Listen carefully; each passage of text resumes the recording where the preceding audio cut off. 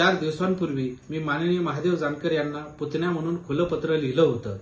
जानकर साहेबांनी परभणीच्या सभेमध्ये बोलत असताना माझा पुतण्या राजकारणात असणार नाही असं जाहीर केलं होतं। त्या संदर्भात मी माझी भूमिका मांडली।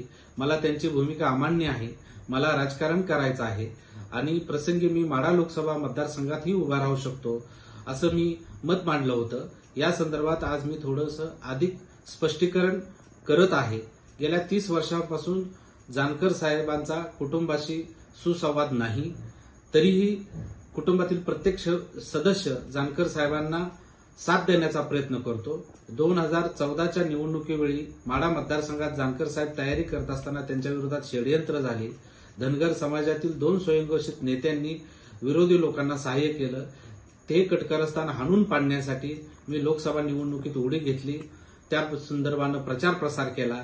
शेवटी मला फॉर्म काढावा लागला, मात्र निवडणूक निकाल अपेक्षित लागला। कट कारस्थानी करणाऱ्या नेत्यांचा उमेदवार निवडणुकीत पराभूत झाला। त्यानंतरच्या काळामध्ये जानकर साहेब सत्तेच्या मुख्य प्रवाहात आले, आमदार झाले, मंत्री झाले। या दरम्यानच्या काळात मी कधीही जानकर साहेबांचा मी पुतण्या असं कधी कुणाला सांगितलं नाही। त्यामुळे त्यांचा नावाचा फायदा वापर ही फार दूरची गोष्ट। अगदी त्यांच्या मंत्रालयातील ऑफिसमध्ये किंवा मलबार हिलच्या बंगल्यावरही मी कधी पाऊल टाकलं नाही, एवढा माझा स्वाभिमानी बाण आहे। अशी परिस्थिती असतानाही जानकर साहेब वारंवार माझा पुतण्या राजकारणात येणार नाही असं सांगतात, ही खटकणारी बाब आहे।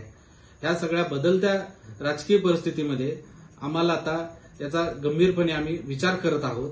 2014 पूर्वीच्या जानकर साहेबांच्या संघर्षाचा आम्हाला अभिमान आहे, मात्र सत्तेतल्या जानकर साहेबांची आम्हाला नेहमी चिंता वाटत असते। या चिंतेपोटी, काळजीपोटी आम्ही त्यांना प्रत्यक्ष मदत करायचा प्रयत्न करतो, परंतु त्यांना ती मदतही नको आहे असं आम्हाला वारंवार दिसते। त्यामुळे आता आम्ही पक्क राजकारण करायचं ठरवलेलं आहे। जानकर साहेबांनी परभणीतनं लढावं, उत्तर प्रदेशमधल्या मिर्झापूरमधनं लढावं, आमची काही हरकत असायचं काही कारण नाही। त्यांचा निर्णय त्यांनी तो घ्यावा, मात्र त्यांना माढ्यातून लढायचं असेल आणि घरगुती संघर्ष नको असेल तर त्यांनी सुसंवाद करावा आणि चर्चा करून आम्हाला त्यांचं म्हणणं पटवून द्यावं। आणि जर त्यांनी ते नाही करू शकले तर माढ्यामध्ये माझी उमेदवारी ही अटळ असणार आहे, याची त्यांनी गंभीरपणे नोंद घ्यावी।